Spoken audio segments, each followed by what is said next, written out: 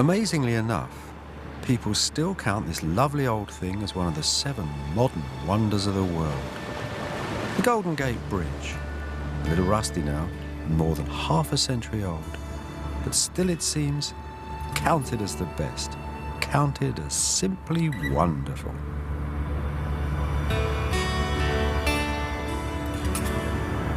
Great, isn't it? That's what this series is about. It's about wonder. It's not about 7 old things that hardly exist anymore. Not stones and bones. It's about the archaeology of wonder. Look at this bridge. It's 50 years old now, and it's certainly not the biggest, but it still gets to be listed right at the top sometimes of the 7 modern wonders of the world. Why is that? Well, I think it's because it embodies certain qualities that we so much admire today. These great spans, they talk of struggle and stress, of human dreaming, human achievement. That's what the 7 wonders are all about. They were invented in a particular time in history. It was a time when man was looking around him, looking right through his world, thinking not what he could do for the gods, but what he could do for himself. And the 7 wonders are a list of man's wonders. And they've always stayed that way, as a symbol, if you like, of man's power on earth. So those buildings, those old things that barely exist, run right through our society. They're in our cities. They even are in our body image, our own image of ourselves. Everything, that is, from the face of God to the body of Jane Fonda.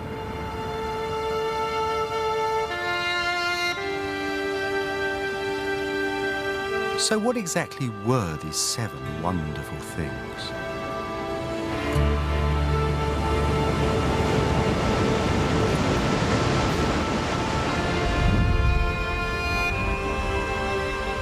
The Colossus that rose, they said, upon the Mediterranean Isle of Rhodes.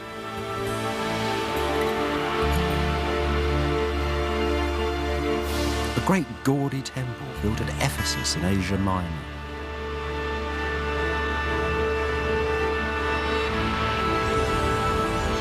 Towering tomb in a city by the sea, the world's first mausoleum.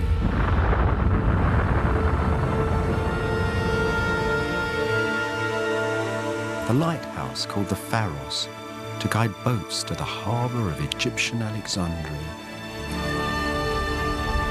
An enormous statue of Zeus, king of the gods of Greece, in ivory and gold. And on the far Euphrates, Babylon's fabled hanging gardens. And always and forever, on every list of wonders, the pyramids of Egypt, the oldest, largest and most accurate stone buildings ever made.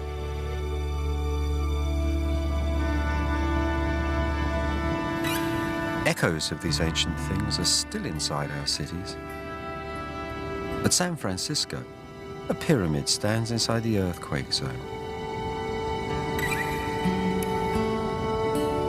The clock tower in the docks is modelled on the ancient lighthouse. A hotel is filled with images of hanging gardens built far away on the flat plains of Iraq to please an alien queen. From Cape Town to Las Vegas, all modern cities have their wonders in them. The 7 ancient wonders are still a part of what a city is. So where on earth and when did this extraordinary list first see the light of day?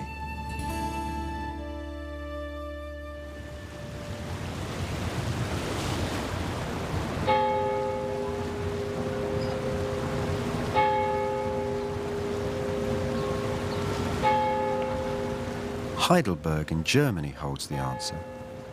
5 centuries ago, the pretty little town held an extraordinary treasure.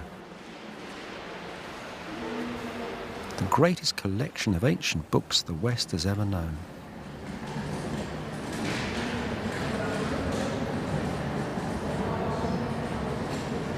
Most of it's gone today. It's all been broken up. There's still a few gems left, though. conserved here in the library of the university.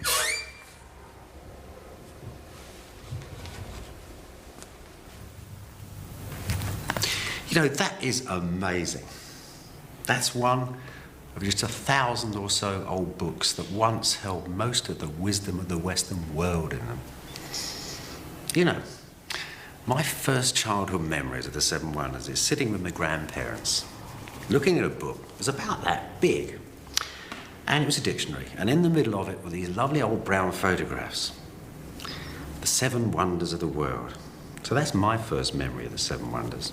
That book is everybody's first memory of the Seven Wonders. Without that book, we wouldn't have the Seven Wonders. Of course, that book isn't as old as the list that's in it. This book is only 1,000 years old, and it came to Europe in the baggage of a cardinal. It rolled around the continent for 300 or 400 years. Then it ended up here in the University of Heidelberg. Now it's so precious, you have to wear gloves and a face mask to look at it. So, here we go. The Seven Wonders of the World. Actually, the wonders are just one of 12 or 14 texts in this book. And look, there's the beginning of our text. Philo-Byzantium on the Seven Wonders. Look, that's the introduction. Here we've got the chapter headings. There's the first one for the Hanging Gardens. Here's the second one here for the pyramids. Here's the third one for the great statue of the Olympian Zeus and Phidias, the name of Phidias, its sculptor. So let's go back to the beginning of these wonders again. Look at those first lines in the book.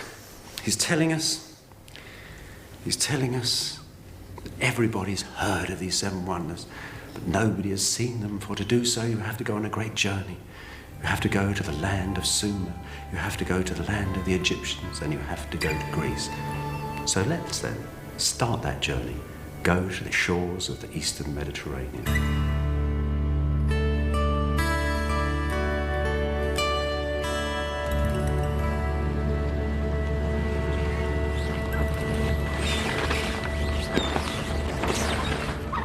We're sailing out of the port of Halicarnassus, home of one of the Seven Wonders, sailing across the Mediterranean towards several others. You know, the Seven Wonders are a bit like sailors' tales.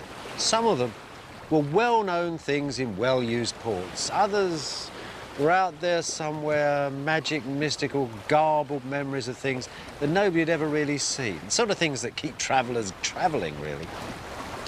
This, then, is the highway of the ancient world. There weren't many roads, and what there were very bad. So the Seven Wonders is a story, really, about things at sea on the highway of the ocean, and it's best explained on a map of the sea. Look, I'll draw you a wonderful map. Here, Greece, with its 3 points. We go round, up to the Black Sea. Here's Turkey, swing round and down, along the southern coast of the Mediterranean to Egypt. Now, as soon as you made this map, the Seven Wonders start to make some sense. They're not just seven things. Start at Halicarnassus, where we've just come from. Right, the home of the mausoleum. When the list was made, the mausoleum was 100 years old. We draw a circle of about 60 miles either side of that. We get another seven of the Seven Wonders, the great temple of Artemis at Ephesus. We get another of the Seven Wonders south, the great Colossus of Rhodes. You could see that at sea, it was on an island. And then just 500 miles away, you'll come to the port of Alexandria, and a lighthouse, the Pharos, was another one of the wonders. The other three, well, they're quite interesting if you look at the map too. They're a bit like a history lesson. They're telling you something about the ancient world, the more ancient world. That was beside rivers. So if you think of the great river Euphrates, the heartland of the ancient world, running down there, there's Babylon, one of those sailors' tales that nobody ever saw. And on the Nile in Egypt, the pyramids. And in Greece, where two rivers met, Olympia, the heartland of ancient Greece, the place where this statue stood, one of the Seven Wonders, that seemed to symbolize the nation of ancient Greece itself. That, then, is where we're sailing, straight to the heartland of ancient Greece.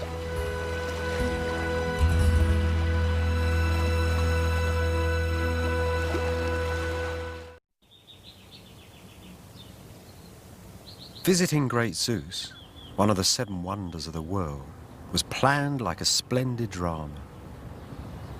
Visiting the Parthenon in Athens still holds something of that drama's opening act. Phidias the sculptor worked here before he made the Zeus. Here, indeed, he held the dress rehearsal for that final mighty statue. So how did his drama work? Well, nothing is as simple as it seems. As you approach, the subtle curve of the temple's steps gives the building added strength and dignity. And there are other tricks as well, all working to produce the same effect. The surprising end result, and this is the drama's first act, is that this great temple puts you at your ease. It seems to smile at you. I think the single most beautiful thing about the Parthenon is its scale. Not its size. It doesn't overwhelm you like the 7 wonders would have done. It enfolds you. It somehow ennobles you. It makes you feel bigger, like you're walking with the gods, but it keeps you human. And the very stones themselves are beautiful. They're cut like jewels. They're warm in the sun and translucent like human skin. Inside the Parthenon stood the second act, Phidias' huge statue of Athena, made 10 years before he made the Zeus. It was as high as the restorer's crane. There's nothing left now, though. To see something of Phidias' magic, then, to see the drama's second act, you must go somewhere else.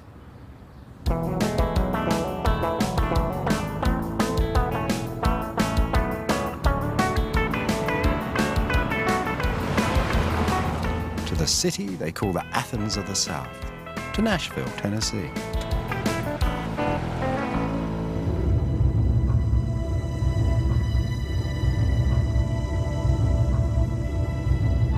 That's the trick, then. That's the surprise that Phidias designed for the visitors who came to see the great Athena and his Zeus of ivory and gold. It's a trick of scale, and it comes over very clearly in this reconstruction. That statue standing in Athena's hand is as big as a person. First, you're calmed and reassured by the temple's exterior. And then you're pushed into the uncertain darkness, into the frightening presence of a huge and towering god. It's a piece of pure theatre used by Phidias to set an aura of reverence, of fear, of faith and wonder around his statues. Judging by its ancient fame, the place where the trick worked best of all was the temple of Zeus at Olympia in southern Greece.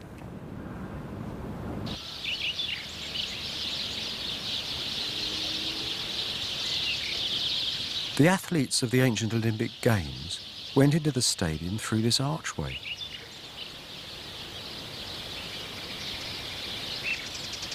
Male Greeks competed here for 1,300 years and more. The sacred games of Zeus. These footprints mark the place where a victor's statue stood. 3,000 of them clustered round the altars and temples of almighty Zeus.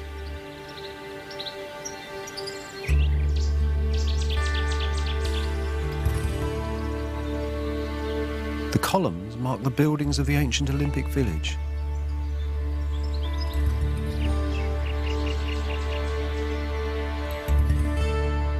Here, athletes and spectators made offerings together, and they walked up the steps of Zeus's temple to see one of the wonders of the world.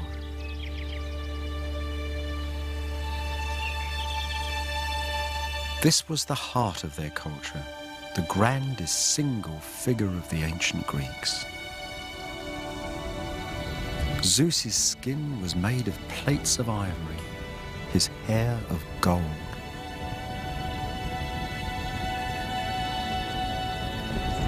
Behind it stood the sacred veil from the temple in Jerusalem, taken in plunder. In front of it, a huge shallow pool of olive oil reflecting light. And for all that time, whilst the statue stood, men came and polished the ivory, a special body of men called Phidias's polishers. The statue was much loved. One visitor said, "I can give you the measurements of this statue, but not its effect." Another visitor, Philo of Byzantium, who wrote upon the 7 wonders, said the other 6 wonders we honour, but Zeus we venerate. Why? Why did this statue generate such deep emotion? Well, the answer was in its face, its beautiful, polished, ivory face. Phidias, says one critic, has given us the face of God. He has added to religion. And of course, Phidias had made his God in the image of a man. And so by making a new God, he had made a new man. And no artist really can do anything more than that. The statue's gone today, but amazingly, the workshop where it was made still stands. A strong room whose massive walls protected the ton or more of gold the craftsmen used to make the statue, and the vast quantities of ivory tusks as well. Here, you see something of Phidias, the perfectionist. His workshop was built at precisely the same angle to the sun as was the temple. Phidias could see exactly how the light from the temple door would fall upon his statue. Here, then, he probably planned that pool of oil to reflect light up into the statue's face. The entire workshop is exactly the same size as the room in the temple. How precisely Phidias planned that dazzling change of scale around the Zeus. Such care, such perfection. The little site museum at Olympia has an entire case from the excavation of Phidias's studio. And these belong to Phidias. There's a little cup there that actually has scratched on the bottom of it, "I belong to Phidias." It's his coffee mug. As for the rest, well, these are the tools and materials that produced one of the 7 wonders of the world. Look, here's the ivory and bone that was the skin of the great statue. You can still see the saw marks on it. And these, well, these are the chisels and drills which cut the ivory and drilled it so that it would plate and hang over the wood. This little hammer here is very interesting. It's a jeweler's hammer. This was used on the cast gold. These moulds along the bottom were either used to cast gold in, which was then tapped exactly into shape, or perhaps to stretch ivory across. The ancient Greeks had a mysterious way of stretching and bending ivory. You know, when visitors come here and look at this case, I think the thing that most amazes them is the tininess of the materials and the tininess of the tools. I mean, this is really strange. The world's biggest indoor statue made with these tiny tools. The truth is, of course, they're jewellery equipment. The world's largest statue was made like a jewel. The end came with the Christians. In the 4th century, Zeus's Olympic Games were stopped by order of the Christian emperors. Phidias's studio was made into a church. Old Greece had gone. The great temple had already fallen, its columns tumbled in an earthquake, its stone plundered to build a fortress against barbarian invaders. As the classical world was abandoned, the local rivers filled with yellow silt, and this it was that smothered the ruins of Olympia, preserving Phidias's tools and cup for us.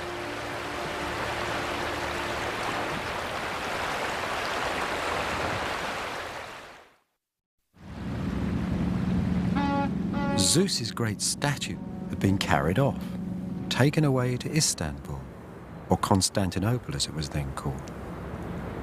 In the days of the first Christian emperors, the city on the Golden Horn held one of the most extraordinary gatherings of art the world has ever seen.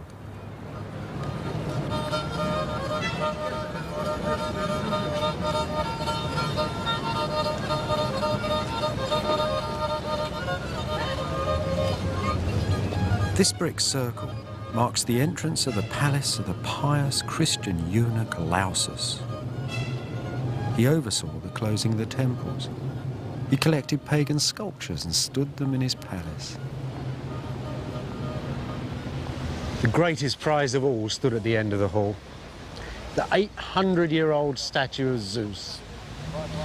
He stood there in a niche like the end of a church, as high as those trees. Here it stood for 60 years or so. Then it was destroyed in a city riot.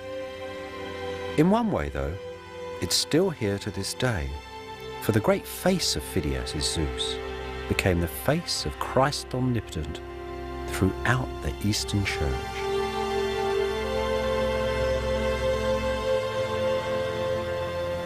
This is the little church of St. Saviour in Kora in Istanbul, one of the most beautiful Byzantine monuments that survives, a theological jewel basket. And here's great Zeus on its walls. Zeus as Christ, 1,000 years after the ivory original burned to ash in Lausus Palace. There's St. Peter there, holding the keys of heaven. He's always shown like that. He's a man with a roundish face, blonde curly hair, and a short blonde beard. Now, look at St. Paul. He's always shown like that, completely different. Thinning hair, high dome forehead, long straggly beard, and a great hooked nose. So anybody who came in the church would have known who they were from their traditional portraits alone. Now look up the top, seated on his throne, the Olympian Zeus as Christ. How on earth was it, though, that a pagan god came to stand as the very image of Christ?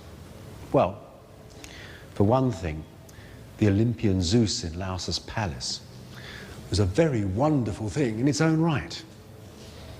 And for another, that same statue had already stood as an image of supreme divinity for almost 1,000 years.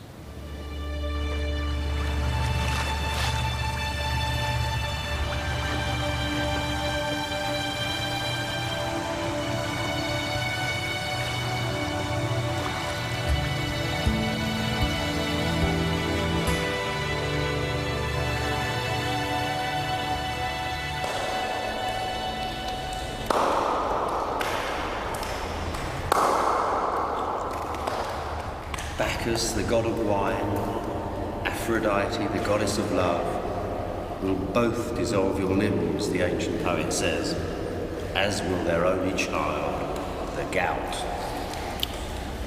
You know, lying here in this lovely old Turkish bath was actually a direct descendant of Greek and Roman baths. I can't help thinking how everybody else looks nothing like a Greek sculpture. And yet, you know, that idea of Greek sculptures and Roman sculptures representing somehow the ideal of physical beauty is still in us today. It's a long way from the truth, of course. You know, a little while ago there was a research project that measured thousands of Italian and Greek airmen. And they measured them against classical statues, and guess what? They were nothing like the same at all. And again, if you're in Mediterranean lands and you see women who've worked in fields all their lives, they look more like Roseanne than they do like Madonna. And yet this idea in us that somehow there's this classical figure trying to get out is still very strong. Hence aerobics and slimming and all the rest of it. Where on earth then did this amazing ideal of classical beauty come from, and why is it still with us? The short answer, of course, is Greek sculpture. Its ancient images are still alive in us. Sculptors like Phidias had fixed the basic body image with statues like the Zeus. In the centuries that followed, though, sculpture became more animated, what many Westerners would still call more natural.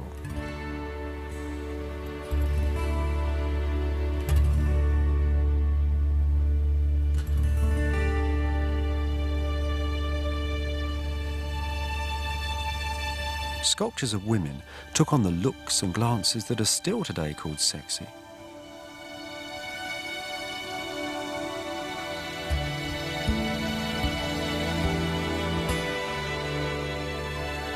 And men went into lifelike action. Bestriding the entrance of a harbour, the legendary Colossus, the other statue of the Seven Wonders, became a famous image of this brand new, mobile type of sculpture. Above all, this was an image created by artists working on the portraits of a single man, Alexander the Great. Look at that wrinkle on Alexander's forehead. It's quite real, isn't it? Like he just furrowed his brow. The hair too, looks like there's wind blowing through it. It's all rough and like real hair, you might think. Like this cheek too. Get down here and really look at it. You can see the sculpture's actually made 4 different movements across the face. One for the cheekbone, one for the nose, one for the mouth, another for the chin. He's really interested in skin, this guy. He's interested in skin stretching over the muscle.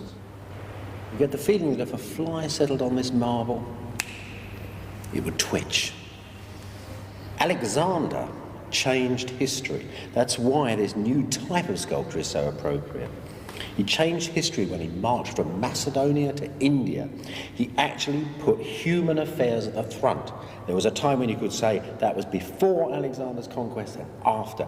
Alexander had become a man of destiny in time.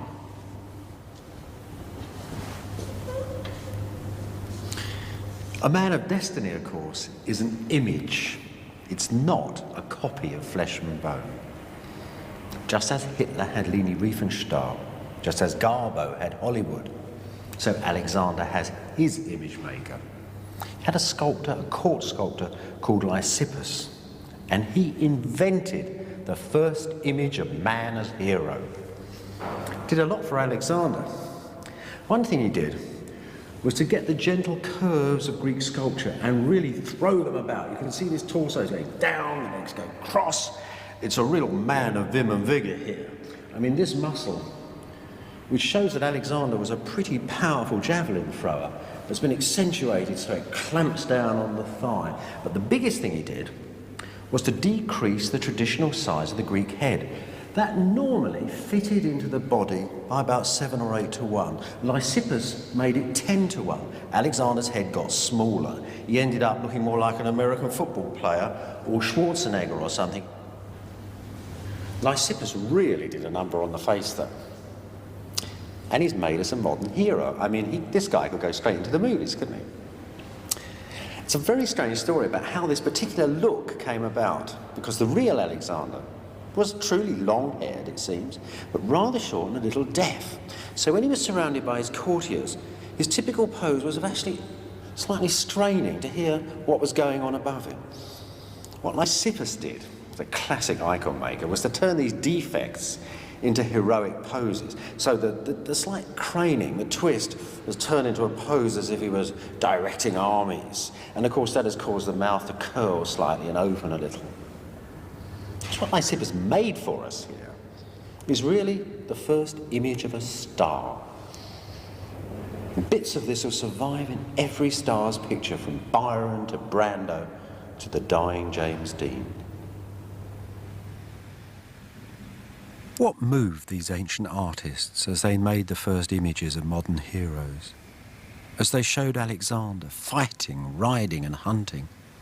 As they cast the Colossus of Rhodes, which after all was made by a pupil of Lysippus and was nothing more or less than a 110-foot ad for the brand new man. Go to the great eastern cities built by Alexander's generals and successors, built in the Hellenistic age, and you'll enter the world of the Seven Wonders. Walk through these same great cities, and you walk through the minds of the first modern people.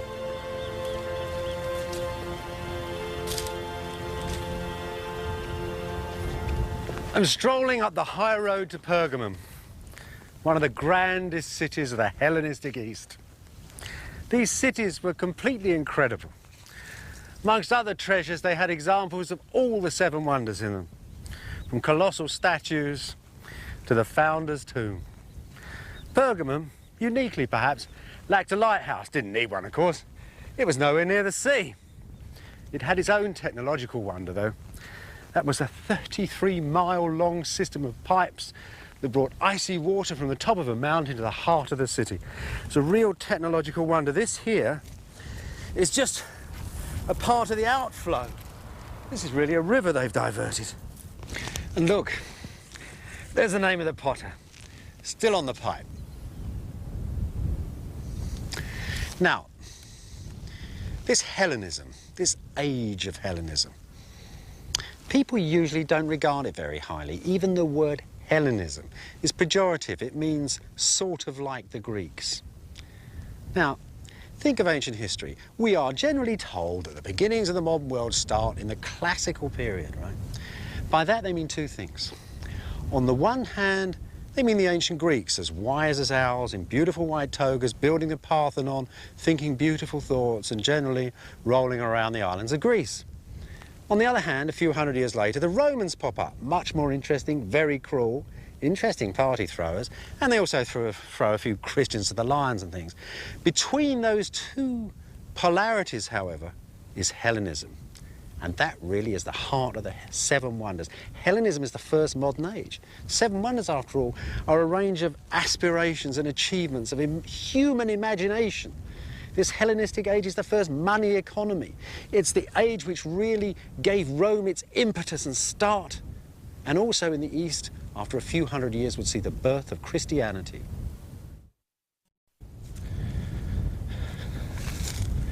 The real wealth of the windy city of Pergamum could be seen from 50 miles away in the plain. It was a great column of black smoke which went up from the centre of this building. This was the great altar of Pergamum, the place where all the farm animals were slaughtered for the population to eat. The smoke, of course, was their bones and sinew burning, offered on the altars to the gods. And the smoke went up for century after century over the consuming town.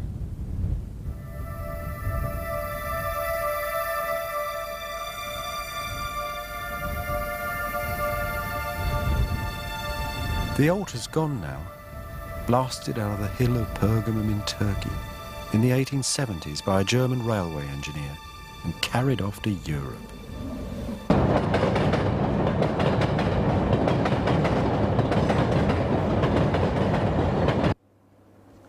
This, then, is what they've reconstructed in Berlin. They started making this about 180 years before Christ. They started 50 years earlier. It certainly would have been one of the Seven Wonders. It was that famous. As it is, it just made it into the Bible as the throne of Satan. This, of course, is what people come to see, the magnificent frieze that went right round the whole building. It tells a story. It tells a story of how the gods, these marvellous, implacable, rule-giving figures, fought the giants who used to run the world and won. The giants are losers. They're twisted, they're in agony. They're really the root of modern art. Everything from Francis Bacon to Robocops here. And some of them look like this man. Look at him. That's Alexander. His head's slightly turned, his mouth is a little open, his hair's awry. He's a human hero caught in the hands of the gods, and he's suffering. Here, the world that made the Seven Wonders is not listing its achievements, just telling us about the brutal struggle to achieve. You feel like you're in a Roman arena watching gladiators and wild animals killing each other. The nerves are at full stretch. The drapery licks around the figures like fire. There's Helios, the same god as the Colossus, racing in frenzy in his chariot across the sky. The Colossus of Rhodes, though, stood somewhere between this frenzy and Phidias' calm images of Zeus. What was it really like?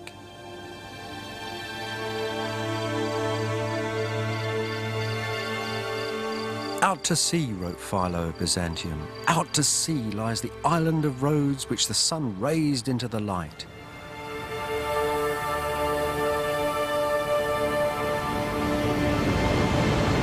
Here, ancient writers say, once stood the great Colossus, the second sun standing face to face with the first.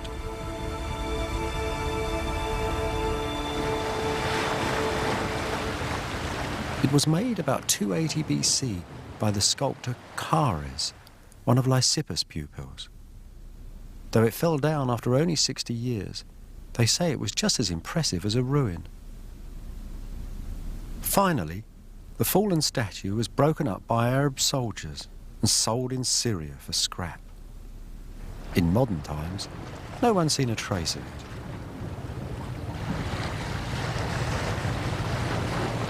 Classical scholars say that statues like the Colossus usually stood beside a temple. At Rhodes, Helios Temple stood on the hilltop in the middle of the town, but they've not found a trace of the Colossus there.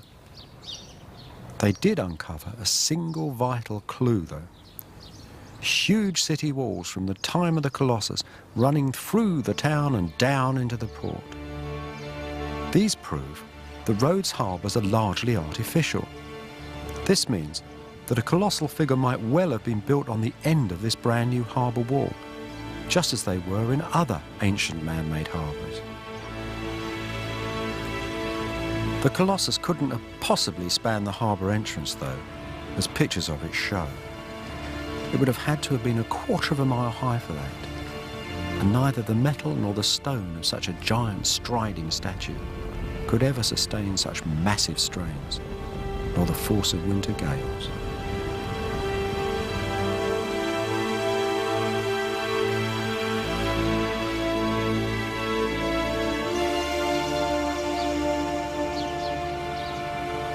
Today, the medieval fortress of St. Nicholas stands at the end of the harbour wall. It's half made of ancient masonry.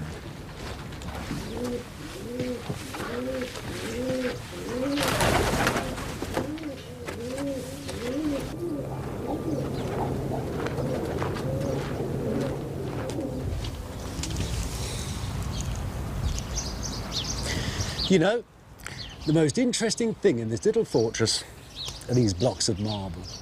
If you look at them very, very closely, you can see they were first cut by Greek sculptors, ancient Greeks from the time of the Colossus of Rhodes. Of course, the medieval people have taken them up and reused them about the place. This one, for example, has had a great slot cut in it to take the planks of a drawbridge. But the most interesting thing about these blocks is that they're not square. They're actually segments of a 17-metre circle. Each one's got a very slight curve on it. Now, 17 metres is the exact dimensions of this little tower at the centre of the fortress. So what looks like has been happening here is that the medieval people took over an ancient building, perhaps even built straight onto the foundations, and jumbled all these ancient stones up. These, then, may be fragments of the very base of the Colossus of Rhodes. What, then, did the real Colossus look like, and how was it ever made? Philo, who lived when the Colossus still stood, says that it was built like a house.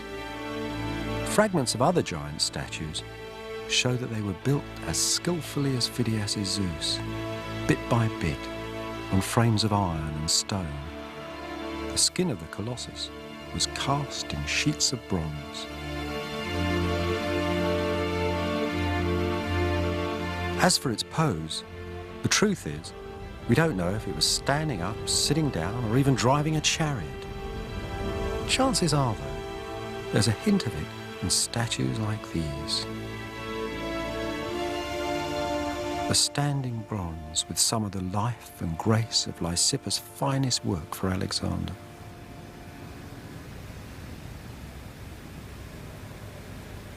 This marble giant is a copy of another Colossus, one made by Lysippus himself. The Colossus of Rhodes, though, was not tired and overblown like this poor old Hercules, but a young man with a handsome face, and that gives us another clue. This beautiful head was found on the island of Rhodes. Now, the first interesting thing, as far as we're concerned, these holes that run around the back of his head, there's a whole lot of them, and if you should stick a wire or a bronze piece of metal covered in gold in them, you'd find they made a perfectly symmetrical burst like the rays of the sun, just like the rays around the head of the Statue of Liberty, or indeed around the statue of the god Helios. He always wore a sunburst. So this then is the head of a statue of Helios, the god of the Colossus from the city of Rhodes. And within 100 years or so, it's the same date as the Colossus. Let's look at the face for a minute. Look at that slightly open mouth, the twisting neck, the open eyes. That's Alexander. That's the same school of sculptors that made the Colossus, made that image of the king, and it goes right through the world. Now this Helios, he's rather an interesting god. He's not a Greek god, really. He's Asian. And he came to power, really, in the great cities of the East, in the Hellenistic cities like Pergamum and Rhodes. Now this Eastern god, just like Jesus Christ, another Eastern god, goes from these Eastern cities straight to Rome and the heart of the empire.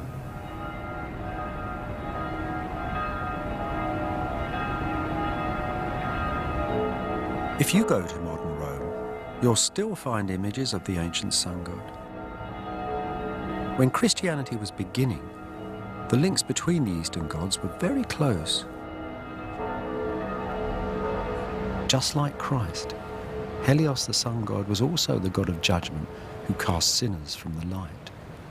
And Helios too was born on December the 25th, and we still worship on Sunday, the day of Helios.